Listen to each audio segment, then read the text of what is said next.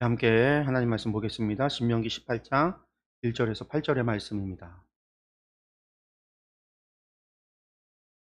함께 봉독하겠습니다. 레위 사람 제사장과 레위의 온 집하는 이스라엘 중에 분깃도 없고 기업도 없을지니 그들은 여호와의 화제물과 그 기업을 먹을 것이라.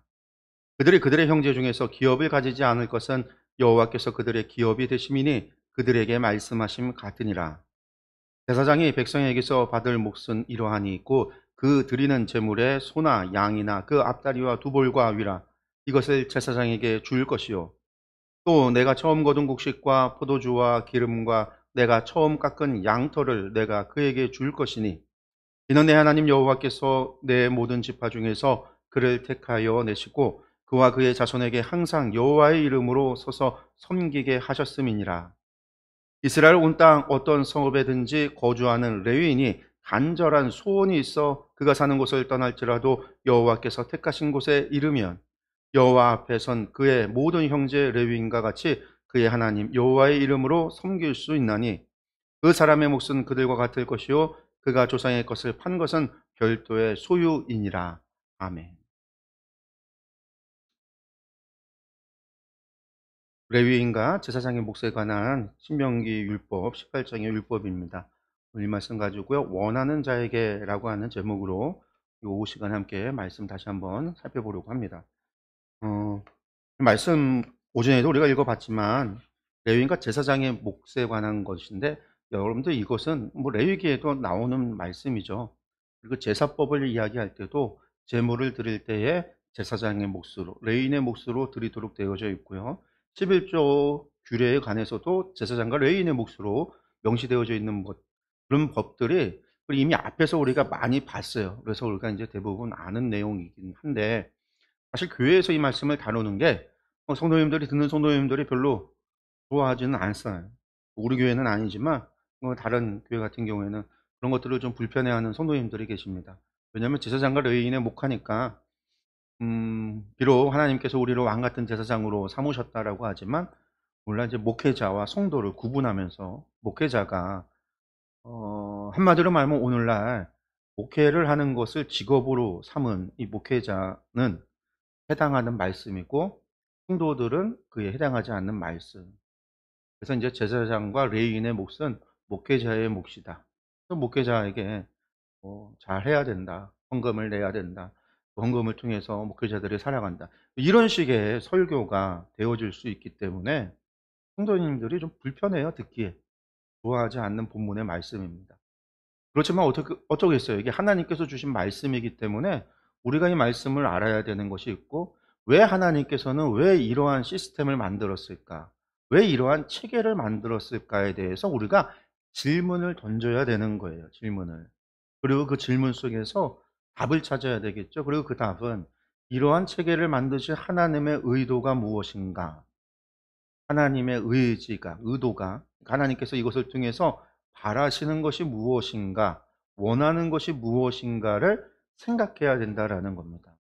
그러니까 이 말씀 속에서 우리가 그냥 단순히 문자적으로만 해석하면 여러 가지 문제가 있어요.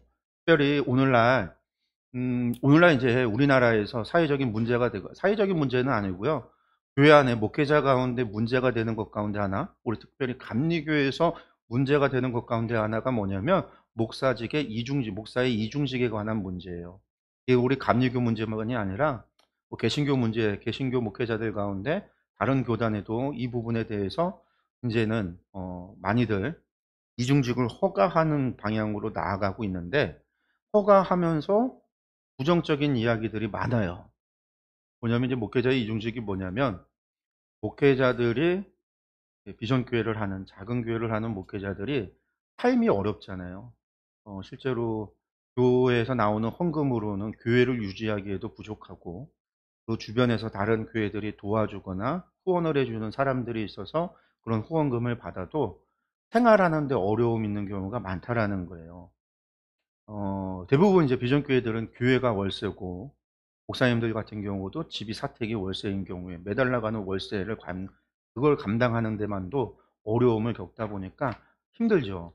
그리고 인제 그런 교회를 하다가 자녀들이 커가면 또 학교를 다니고 어려움이 있다 보니까 목회자들이 뭘 하냐면 인제 일을 하는 거예요.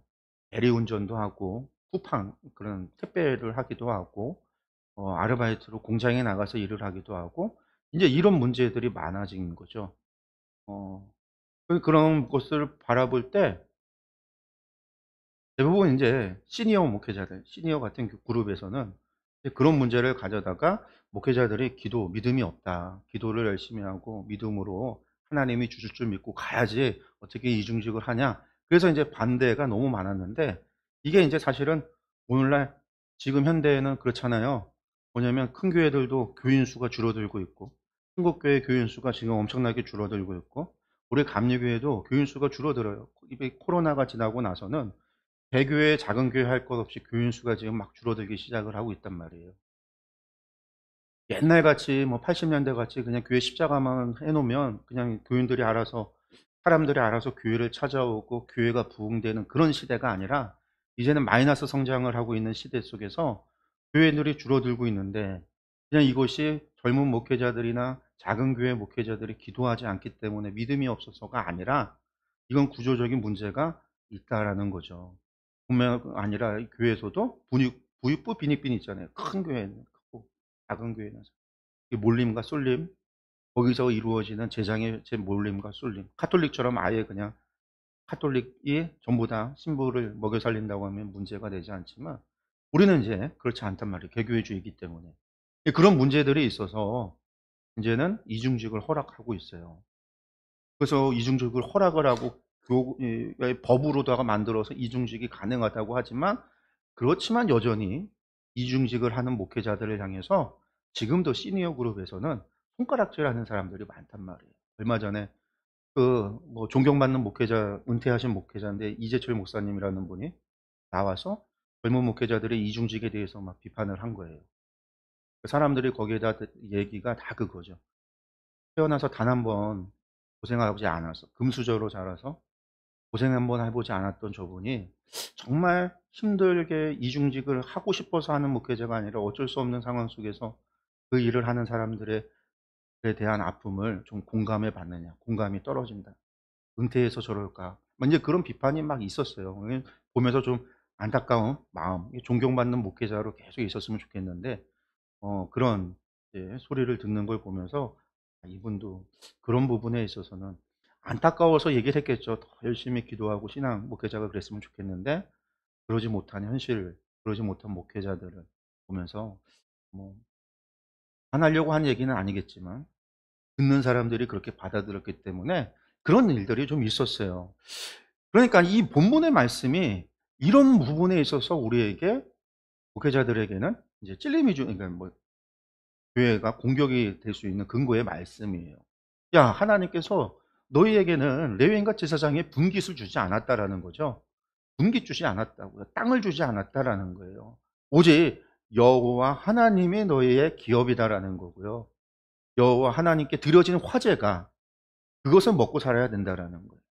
여러분들 화제라고 하는 것이 무엇이냐? 오전에도 말씀드렸죠. 우리가 이제 레위기의 제사법을 이야기할 때 5가지 제사가 있어요. 번제, 태워서 드리는 번제가 있고, 그리고 소제, 곡식을 태워 드리는 소제가 있고, 그리고 인제 화목제, 그리고 속죄제, 속건제라고 하는 5가지 제사가 있는데 이거는 제사의 종류고요. 그 제사를 드리는 방법은 4개로 나눠져요. 그 4개가 뭐냐면 화제, 불로 태워 드린다라는 화제가 있고, 요제, 흔들어 드리는 제사가 있고, 거제, 들어서 올리는 제사가 있어요. 그리고 인제 전제, 완전히 포도주와 독주를 부어서 완전히 태워 버리는 그런 제사, 이 4가지 제사 방법을 가져다가 번제, 소제, 화목제, 속죄제, 속건제라고 하는 5제사를 드리는 건데 그 가운데 인제 화제라고 하는 것은 이 5제사의 기본이거든요. 그냥 불태워 드리는 제사예요. 근데 그 불태워 드리는 제사 가운데 남겨지는 것들, 나머지는 고기들, 가축들 뭐 이런 것들을 여호와께 드리는 헌물이 돼서 성전에 바쳐지게 되는데 그 가운데에서 하나님의 몫으로 주어진 것에서 하나님께서 그 가운데 제사장의 몫으로 레위인의 몫으로 가져갈 수 있도록 했다라는 거예요. 그걸 그들이 먹을 수 있도록. 근데 현실이라는 게 그렇잖아요. 백성들이 그러면은 제사를 안 드려요. 그러면 제사장과 레위인들은 화제만 먹고 살아야 되니까 드려지지 않는 재물, 아무것도 없는 곳에서 그들은 뭘 먹고 살아야 될까? 그러니까 에스라 느헤미야 시대 때 이스라엘이 그런 상황이었습니다. 제2 성전이 지어지고 나서 약 80년이 흐르는 세월 속에 이스라엘 사람들이 성전은 지었지만 신앙의 믿음의 열정이 식어버렸어요. 성전 지어져서 하나님의 나라가 회복될 줄 알았거든요. 다윗의 왕조가 부활할 줄 알았어요. 유대가 다시 이스라엘이 회복돼서 독립을 이룰 줄 알았지만 독립은 이루어지지 않죠. 다윗의 후손이 왕이 되지도 않아요. 총독조차 되지 못하고 있는 상황이에요. 그러다 보니까 이스라엘 사람들이 하나님을 향한 신앙이 시험에 드는 거죠, 이 사람들이. 믿음이 하나님의 약속이 안 이루어지네. 왜 안 이루어질까? 하나님이 우리를 미워하시나? 하나님 우리를 버리셨나? 그러니까 하나님에 대해서 자꾸만 의심하게 되는 거예요.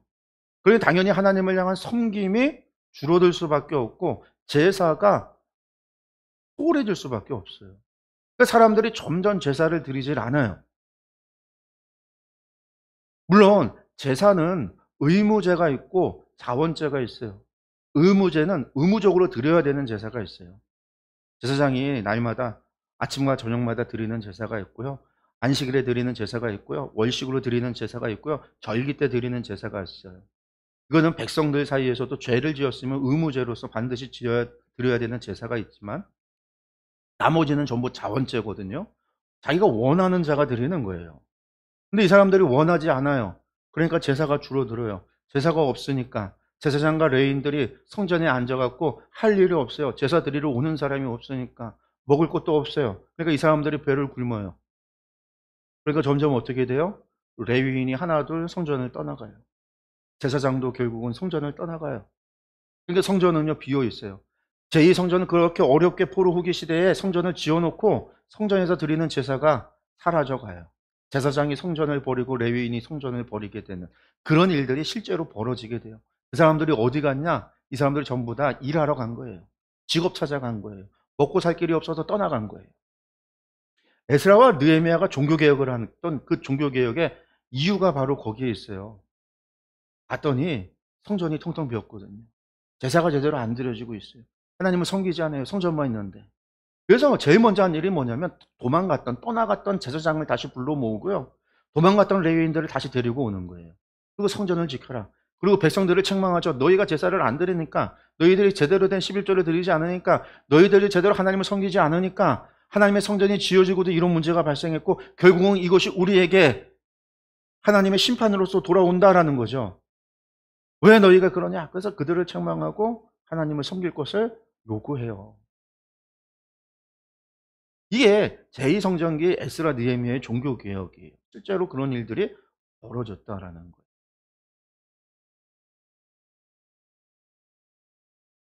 그럼 왜 이런 일이? 아니 하나님 그냥 제사장과 레위인들에게도 재산을 좀 줘서 레위인의 서금이 있으니까 그 서금의 주변의 땅들이나 이런 것들을 그 사람들한테 기업으로 줘서 자립할 수 있도록 자족할 수 있도록 해 주시면 백성들한테 받는 것으로 사는 게 아니라 백성들한테 받는 건 아니죠. 하나님께 주시는 것으로 사는 거니까. 하나님께서 주시는 것으로 살지만 백성들이 드리는 제사와 상관없이 이 사람들이 스스로 자족할 수 있으면 이 사람들이 성전을 계속 지키고 자신들의 일을 충분히 감당할 수 있지 않을까요? 이런 생각을 해볼 수 있다는 거예요. 그렇게 했으면 그런 문제가 와도 제사장이나 레위인들은 성전 지키고 있지 않았을까? 근데 왜 하나님께서는 왜 그렇게 서로가 맞물려서 의지할 수 있도록 왜 화목제를 먹고 화제로 드려지는 제물을 먹고 여호와의 기업으로 살아갈 수 있도록 했을까?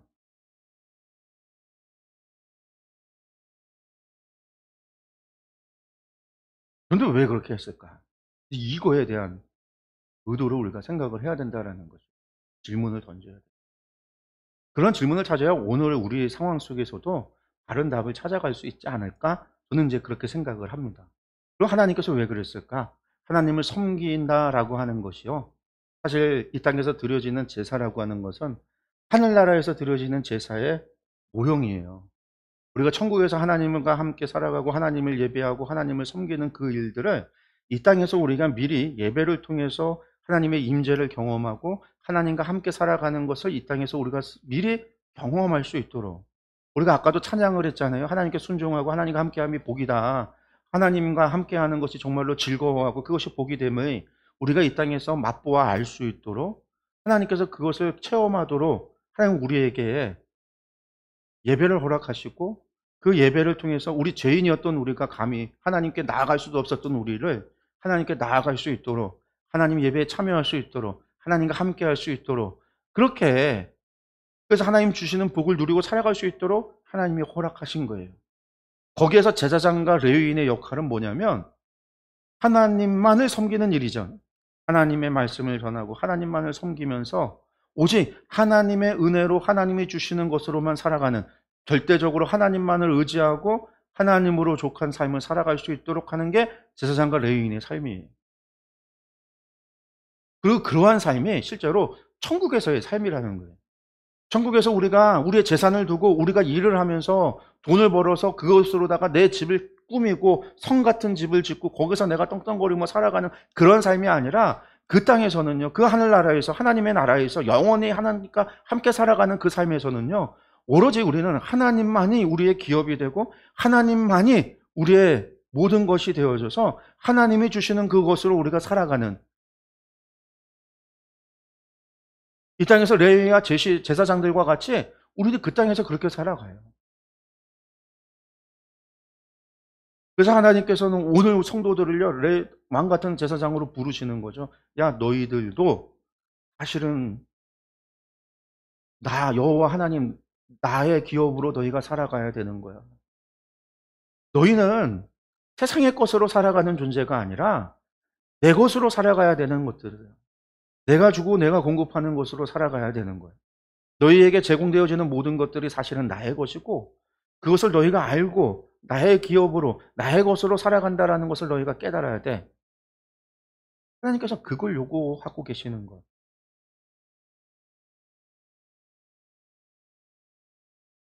이스라엘도 사실은 하나님이 주신 기업으로 사는 거잖아요. 왜? 땅은 여호와의 것이니까. 내 것이 아니에요. 이스라엘 사람들이 그것이 내 것이다라고 하는 순간 결국은 죄를 범하게 되어져 있어요. 하나님의 자리에 스스로 가서 하나님의 것을 내 것으로 여기는 것. 뿐만 아니라 오늘 말씀에도 나오지만요.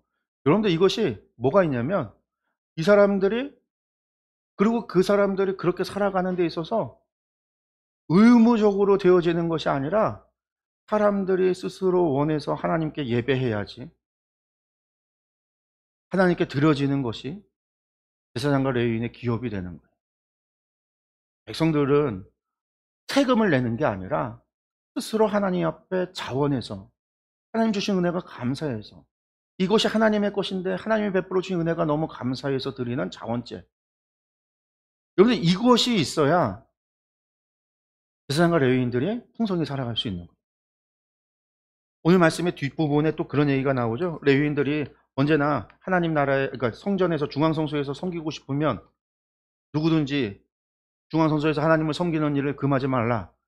그 사람들이 각자 흩어지는 곳에서, 이스라엘의 땅끝에서 여러 곳에서 흩어져서 그곳의 성읍에서 그들이 섬기지만, 하나님을 섬기고 있지만, 그곳에서 그들이 하나님의 성막에서, 성전에서 그곳에서 하나님을 섬기고 싶다라는 마음이 들 때는 그들을 금하지 말고 언제든지 그들을 받아들이고 그곳에서 그들의 몫을 주고 그들의 몫을 보장해야 된다라고, 차별하지 말고 보장해야 된다라는 말씀을 하실 때에, 여기에 단서는 뭐냐면요, 그들이 원할 때예요. 의무적으로 해야 되는 거 아니고, 순환, 제사장들은 24반열로 나눠서 1년을 24절기로 구분을 하고 그 절기에 맞춰서 자기가 올라가서 성전에 1년에 한 번 그 기간에만 봉사하고 내려오면 끝이지만, 그게 아니라 누구든지 내가 원하기만 하면 내가 하나님 앞에 나아갈 수 있고, 내가 누구든지 원하기만 하면 하나님을 섬길 수가 있고, 내가 원하기만 하면 나시린으로서 거룩하게 내 삶을 들여서 하나님과 함께 할 수 있다라는 거죠. 누구든지 내가 원하기만 하면 하나님의 기업으로 살아갈 수 있도록 레위인들처럼 살아갈 수 있도록, 누구든지 원하기만 하면, 레위인들도 누구든지 원하기만 하면, 여기에서 하나님께서 왜 이렇게 원하여야지만 원해야지만 그런 일을 할 수 있도록 하셨을까? 그냥 의무적으로 강제적으로 "야 너희는 1월 달에 너희는 7월 달에 너희는 12월 달에." 그게 아니라 "야 이번에는 저기 베냐민 사람 지파에 사는 사람들이 이번에는 저 스불론 지파에 사는 사람들이 이번에는 저기 단 지파 저기 갈릴리 북쪽에 있는 홀라 계곡에 있는 사는 사람 거기에 있는 레위인들이." 그렇게 하나님께서 구분하지 않고 원해야지만 자원해야지만 원하는 사람을 통해서만 이루어지게. 근데 하나님 그걸 원하시는 거예요. 우리에게 자유의지라고 하는 것을 줬을 때는 우리를 로봇처럼 하나님께서 만드신 게 아니라 우리가 스스로 원해서 하나님을 사랑할 수 있도록 나의 의지로서 하나님의 백성이 되도록 나의 의지로서 하나님을 섬기도록 내가 원해서 하나님을 사랑하도록 내가 원한다라고 하는 나의 의지가 없는 것은 하나님이 원하지 않는 거예요.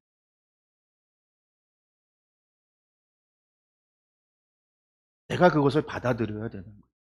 내가 그것을 인정해야 되는 거예요. 그리고 내가 그것을 순복해야 되는 거예요. 그럴 때 내가 원할 수 있는 거예요. 제사장과 레위인의 몫으로 주어진 것들 하나님 그렇게 정하셨어요. 너희는 그렇게 살아야 된다. 그것이 백성들의 보수, 본이 되어 주고 그것을 통해서 우리는 천국의 삶을 바라볼 수가 있는 거고. 그리고 그것을요 내가 원해야 되는 거예요. 하나님의 그러한 삶을 하나님 나라에서의 그러한 삶을 내가 소망해야 되는 거예요. 예전에 제가 지금 웃기는 얘기로 웃자는 얘기로 한 얘기가 있죠. 요한계시록 얘기를 할 때 그런 얘기를 했어요. 여러분들 요한계시록을 보면은요. 천상의 예배의 모습이 나와요. 천상 예배. 하늘나라에서 하나님을 예배하는 내 생물과 24 장로들과 천천만만의 사람들이 새 노래로 보좌에 앉으신 이와 어린 양께 찬양하는 그 예배, 그 찬양의 예배, 천상의 예배의 모습을 이야기하면서 천국의 삶이 그러한 삶이다. 여러분들 천국의 삶이라고 하는 것이 그런 다른 삶이 아니에요. 막 금은보화로 치장되어 있는 내 집을 가지고 막 거기에서 좋은지 더 아름답게 꾸미고 맨날 그런 게 우리의 삶이 아니라 천상에서의 삶은 하나님을 찬양하고 하나님께 예배하고 하나님과 함께하는 삶이에요. 그게 천상의 삶이란 말이에요. 그 천상 예배. 그래서 그 영원히 하나님과 함께하면서 그렇게 하나님을 예배합니다라고 이야기했더니 청년 애들이 "아우 그러면 천국 가는 거 한번 고민해 봐야 되겠네." 그런 얘기 한다고 그랬어요 제가. 농담 삼아 한 얘기지만 그게 뭐예요? 예배가 재미가 없고 예배가 졸리고 예배가 지겹고 막 예배가 막 기쁘고 즐겁고 사모하는 그런 사람들도 있지만 예배가 아직 신앙이 막 이렇게 믿음이 좋고 신앙이 좋아서 좋지 못한 사람들도 있으니까 아이들이 예배드리는 게 막 설교가 좀 길어지면 힘들어지고 지난번에 우리 우경이 철회는 예배드리러 갔는데 집회 때 그 서울에 어떤 목사님이 와서 설교하는데 2 시간 반 설교를 했대요. 그 2 시간 반 설교가 얼마나 힘들었겠어요. 우경이는 작고 체리는 열심히 들었다고 이야기하는데 저도 2 시간 반 설교 듣고 있으면 힘들 거예요. 그러니까 예배가 그러니까 "영원히 하나님을 예배합니다."라는 얘기에 아이들이 그러니까 막 PTSD 오는 거죠 막. 막 그 얼마나 2 시간 반도 지겨운데 영원히 어떻게 예배해. 근데 하나 여러분들 그러한 삶을 내가 원하지 않으면 하나님과 함께하는 걸 내가 원하지 않으면 하나님을 예배하는 걸 내가 원하지 않으면 내가 여호와로 말미암아 살아가는 것을 원하지 않으면 내가 여호와의 기업으로 살아가는 것을 내가 원하지 않으면 갈 수 없어요. 하나님은 우리가 원하기를 원하시는 거예요. 제사장과 레위인의 삶을 통해서 우리가 왕 같은 제사장으로 택함받은 우리가 영원히 하나님 나라에서 하나님과 함께 살아가는 그 삶, 하나님으로 말미암아 살아가는 삶. 나는 나무요 너희는 가지라 가지가 나무에 붙어서 그 생명력을 공급받듯이 우리가 하나님과 함께 그렇게 살아갈 수 있는 그러한 삶에 대해서 소망하고 갈망하고 나아갈 때 우리가 그것을 차지할 수 있는 거예요. 하나님이 우리의 소원을 들어주시는 거예요. 하나님은 그걸 원하는 거예요. 등 떠밀려서 오지 마라. 등 떠밀려서 가야 되는 길이 아니에요. 부모가 억지로 어려서 교회 가는 거 부모가 억지로 끌고 와 놔서 앉혀 놓을 수는 있어요. 세상에 사는 게 두려워서 지옥 갈까 봐 두려워서 교회 나와서 예배하고 할 수 있어요. 그런데 그 너머에 우리가 가져야 되는 신앙은 그거예요. 그러한 천국을 소망하고 그러한 영원 시간을 우리가 소망하고 그래서 우리가 우리의 의지로서 그것을 원하고 그것을 사모해야 된다라는 거예요. 하나님은 그걸 우리에게 원하고 계시다라는 거예요. 우리가 그러한 삶을 사모해야 되는 거예요. 우리가 이 땅에서의 삶을 사모해야 돼요. 이 땅에서 하나님과 함께하고 하나님의 기업으로 살아가는 삶을 우리가 사모해야 돼요.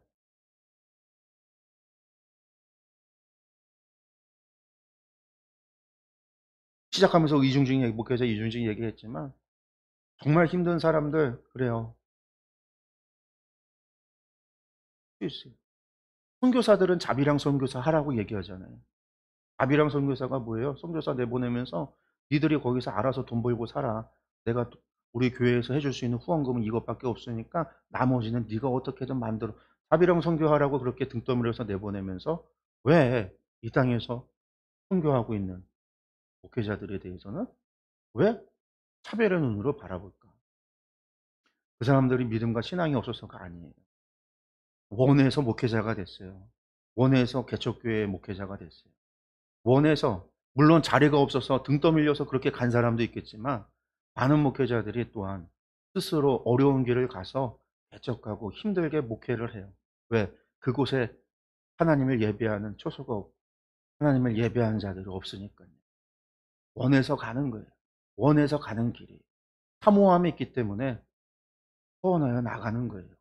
세상에 그렇지 않은 목회자는 없다고 생각이 들어요. 그런 마음을 하나님께서 기뻐하신다라고 한다면 그가 무슨 일을 하든 그 목회를 위해서 행하는 모든 일은 하나님께서 기뻐하실 거다라고 저는 봅니다. 우리가 중요한 것, 우리 마음에 원함과 소원이 있는가라는 것.